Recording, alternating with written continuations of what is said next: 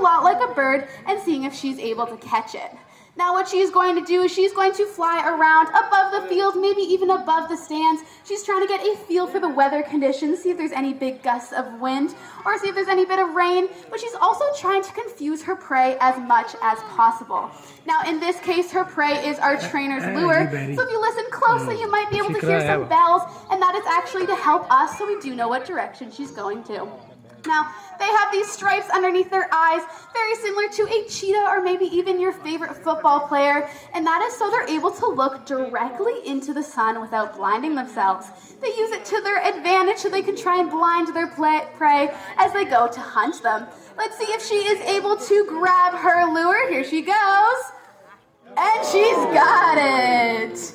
Now, in some cases, she is going to build up too much speed, and instead of being able to grab it, she is going to ball up those talons of hers and punch the prey out of the sky.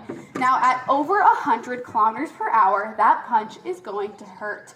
In most cases, it will kill the little birds on impact. However, if not, they have something called a tomial tooth, which is a little notch in their beak they'll use to break the prey's neck. Now, if you get a look at her, she's doing something called mantling. That is where she spouts out her wings and covers that prey. She doesn't want anyone else in the sky to try and steal her food from her. Now, what our trainer is doing by getting her to give up that lure for a piece of meat on the glove is actually the hardest thing to train in birds. Because she has worked so hard for that lure, she's not going to give it up to just anybody. So it shows just how much our birds trust us.